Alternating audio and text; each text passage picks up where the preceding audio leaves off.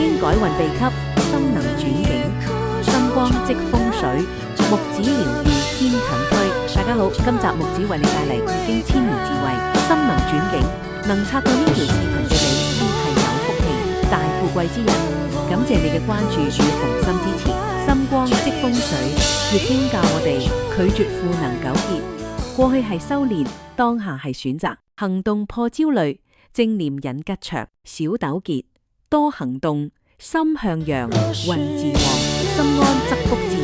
正念招吉祥，呢個唔係心靈雞湯，而係千年驗證嘅改運法則，立即實踐，讓高能量為你開路。點讚收藏，轉運從此刻開始。吉祥吸引法則，木子療愈篇，下集見。